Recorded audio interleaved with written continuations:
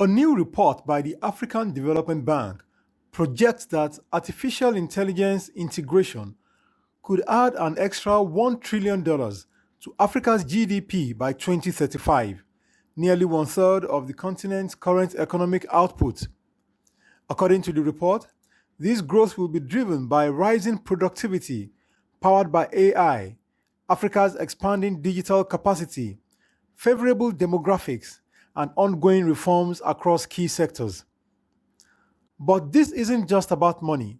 The AI push is expected to create between 35 and 40 million digital jobs and help integrate 300 million young people into the workforce.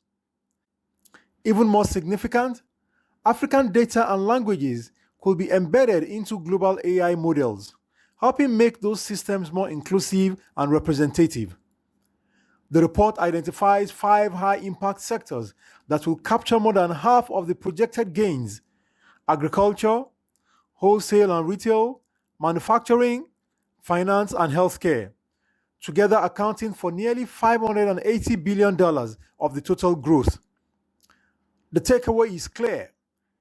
If implemented responsibly, AI could boost food security, expand financial inclusion, improve healthcare access, and unlock productivity across Africa's vast informal economy.